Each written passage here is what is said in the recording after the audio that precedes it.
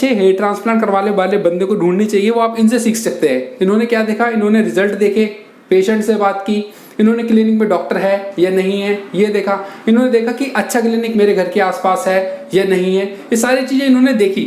फिर उसके बाद इन्होंने डिसाइड किया कि हाँ भाई दिल्ली के अंदर ये वाला क्लिनिक बेस्ट है, जो इनकी पॉकेट फ्रेंडली भी है और रिजल्ट भी अच्छे डिलीवर करता है। तो 3500 से 4000 ग्राफ्ट लगेंगे और आपने दिल्ली के अंदर यूट्यूब पे सर्च करके क्लिनिक को ढूंढा और आपने ये भी चीज ध्यान में रखी कि बजट ओरिएंटेड होना चाहिए, बजट भी होना चाहिए अच्छा खासा और वर्क भी अच्छा होना चाहिए और डॉक्टर लोग परफॉर्म करें जो उनका काम है हेयर ट्रांसप्लांट के अंदर, है ना। सारी चीजें आपने ढूंढी।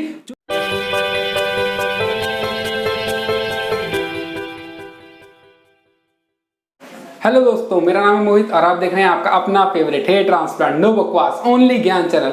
मैं आपके सामने आज एक पेशेंट को लाया हूं जिनसे पूछेंगे कि उनका हेयर ट्रांसप्लांट का एक्सपीरियंस कैसा रहा और हेयर ट्रांसप्लांट की कॉस्टिंग क्या रही, क्या ये सेटिस्फाइड है अपनी हेयर ट्रांसप्लांट की कॉस्टिंग को लेकर के और अपने होने वाले हेयर ट्रांसप्लांट की प्लानिंग को लेकर के और बाकी सभी चीजों से सारी बातें इस वीडियो में जानेंगे।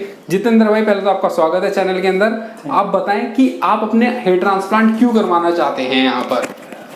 सर एक्चुअली मैंने कई जगह लोगों से डिस्कस किया कि जिन्होंने हेयर प्लांट कराया है उनको क्या प्रॉब्लम रही क्या नहीं। पहले तो डर ये था कि कहीं सर में दर्द तो नहीं होता होगा परमानेंट, जैसे हम लोगों को स्ट्रेस बहुत रहता है आजकल।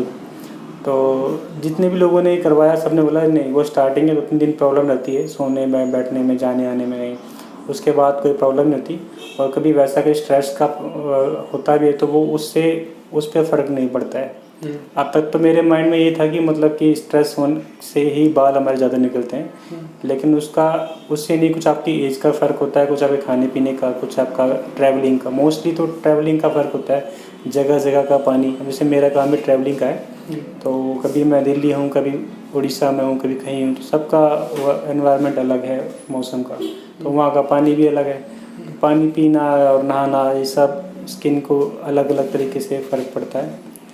तो अब उसके बाद से जो है फिर मैंने फाइनल किया कि ठीक है अभी करवा लेते हैं। और क्या ये तो है कि ये परमानेंट सोल्यूशन नहीं है, ये काफ़ी दिन बाद पता लगा जब मैं ट्रांसप्लांट की तरफ बढ़ा आगे। लेकिन फिर लगा कि अगर 15 साल भी निकलते हैं लाइफ के तो एक अच्छे सुकून से निकलते हैं कि हाँ अब बाल नहीं होते तो आप जो मर्जी ड्रेस डाल लो आपको सूट नहीं करती, कुछ सूट नहीं करेगा, भले आप बॉडी बना लो। वो कहने की बात है कि बॉडी है अगर बॉल्डनेस है तो वो भी अच्छा लगता है, वो लगता नहीं है। खुद को ही लगता है कि हाँ यार कुछ कमी तो रह गई। ये दूसरों को लगता है, जिन्हों के बाल होते हैं ना वो बोलते हैं बॉडी बना लो, गंजे हो, कोई दिक्कत नहीं है। अब कुछ लोग एग्जाम्पल ऐसे लगते हैं, उसका द रॉक का एग्जांपल ले लेते हैं, वो तो एग्जांपल ही गलत सेट कर दिया। एक तो वो स्टार नोन फेस है ना, और ऊपर से उसका एग्जांपल लेकर बता रहे हो बॉडी है, गंजा है, तो कोई नहीं, बहुत बढ़िया लग रहा है। वो एक्टर है, वो कैसे भी रहेगा, वो सबको अच्छा लगेगा। हाँ, अभी आप एक गंजे हो के टाई लगा के जॉब करने जाओगे तो कैसे लगोगे? अरे बहुत बेकार लगते हैं भाई। अच्छा, अभी आपने बीच में ना एक बात बताई कि आपने उन लोगों से बात की जिन्होंने अपना हेयर ट्रांसप्लांट करवाया था, है ना। तो जिन लोगों से आपने बात की उन लोगों के थ्रू आप क्यों नहीं गए? क्या वो नोन थे या फिर आपने टेलीफोन पे बात की, कैसे क्या रिव्यू पढ़े या फिर क्या? जिसने हेयर ट्रांसप्लांट कराया वो मेरा मतलब साला लगेगा, वाइफ का कज़न ब्रदर, वो मिलिट्री में है। तो मिलिट्री की ट्रेनिंग के बाद उसने जब शादी के लिए प्रपोजल आने लगे तो मोस्टली जो लड़की उसे पसंद आती फैमिली के हिसाब से भी और वैसे भी, तो वो मना कर देते कि भाई लड़के के बाल कुछ बाल नहीं, लड़की मना करती है ओबियसली, फैमिली तो मना करती। फिर उसको लगा चलो ठीक है मैं करवा ही लेता हूँ, जब लड़की सुंदर मिल रही तो बालों के बीच में प्रॉब्लम हो रही है मैं करा देता हूँ। उसने करवाया, उसके एक्सपीरियंस से मैं उससे पूछता रहा हर 3-4 महीने में कैसा है। तो अभी बाल सारे उसके ओके, और उसको कोई मतलब हमसे ज़्यादा हार्ड वर्क तो वो लोग करते हैं, बहुत हार्ड वर्क करते हैं। उनको तो इतनी प्रॉब्लम, उसको कोई प्रॉब्लम नहीं है, कहता जीजा मेरे को कोई प्रॉब्लम नहीं आती, सब कुछ ठीक है, बस ये है कि ज़्यादा मिट्टी सर में रहने देता नहीं हूँ, वॉश करता रहता हूँ टाइम से इसको। तो ये सब कुछ उसको ओके है। कहने का मतलब है भाई हाइजीन मेंटेन करके रखनी है हमें ना, हर चीज में। जो अपने बिना ट्रांसप्लांट के बालों पे नहीं रखते हैं वो रखनी तब भी जरूरी है, करेक्ट। मेरा क्या है फैक्ट्री वर्क है तो मैं ट्रैवलिंग में रहता हूँ तो पोल्यूशन मेरे लिए नॉर्मल है। मैं शैम्पू भी शायद वीक में 1 टाइम करता था, जबकि हमें डेली करना चाहिए, जो हमारा काम है। माइल्ड शैम्पू करना चाहिए। हाँ, अब तक क्या है कि पहले इतनी नॉलेज थी नहीं कि कौन सा शैम्पू करना चाहिए कौन सा नहीं करना चाहिए। तो जब नुकसान होने लगा तब फिर पूछने लगे कि क्या करना चाहिए। हाँ। तो पता लगा, वैसे जो कोई गाइड कभी लगा ही नहीं कि ज़रूरत है। हाँ, इंसान के पास ऐसा ही कि जितना ज़्यादा पैसा होता है वो उड़ाता रहता है। जब वो पैसे चले जाते हैं ना, कम पैसे बचते हैं, तब उसे समझ आती है कि कहाँ कहाँ खर्च करे, कहाँ कहाँ नहीं करे। वैसे ही इन वालों के साथ है कुछ हमारा, है ना। अच्छा, तो आपने वहाँ पर नहीं करवाया जहाँ पर आपके फौजी भाई ने करवाया? नहीं, वो एक्चुअली क्या है ना, वो रहते हैं अलीगढ़। अच्छा।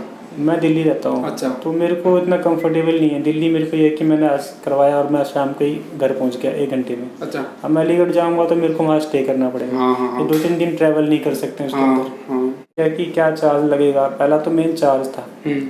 यहाँ जो चार्ज बताया वो सबसे रीजनेबल था जितने भी क्लिनिक थे।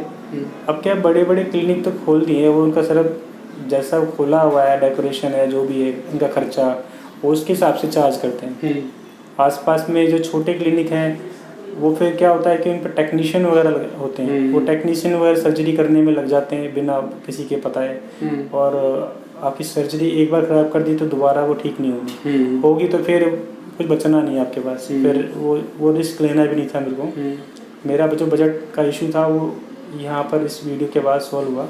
एक बार उन्होंने बोला था ठीक है मैं बात करके करवा दूंगा, कब में आप एक बार विजिट कर लीजिए। मैंने विजिट किया तो पता लगा कि उन्होंने बोला है, तो उन्होंने बोला ठीक है कर देंगे। उन्होंने फिर ग्राफ्ट बताया कि इतने ग्राफ्ट हमारे अकॉर्डिंग है 3500 ग्राफ्ट, लेकिन 4000 के आसपास ये कहीं हमें करते टाइम पता लगेगा एग्जैक्टली कितने फिल हो रहा है। अच्छा, तो 3500 से 4000 ग्राफ्ट लगेंगे। और आपने दिल्ली के अंदर यूट्यूब पे सर्च करके क्लिनिक को ढूंढा, और आपने ये भी चीज़ ध्यान में रखी कि बजट ओरिएंटेड होना चाहिए, बजट भी होना चाहिए अच्छा खासा, और वर्क भी अच्छा होना चाहिए, और डॉक्टर लोग परफॉर्म करें जो उनका काम है हेयर ट्रांसप्लांट के अंदर, है ना। सारी चीज़ें आपने ढूंढी जो एक अच्छे हेयर ट्रांसप्लांट करवाने वाले बंदे को ढूंढनी चाहिए, वो आप इनसे सीख सकते हैं। इन्होंने क्या देखा, इन्होंने रिजल्ट देखे, पेशेंट से बात की, इन्होंने क्लिनिक में डॉक्टर है या नहीं है ये देखा, इन्होंने देखा कि अच्छा क्लिनिक मेरे घर के आसपास है या नहीं है, ये सारी चीज़ें इन्होंने देखी।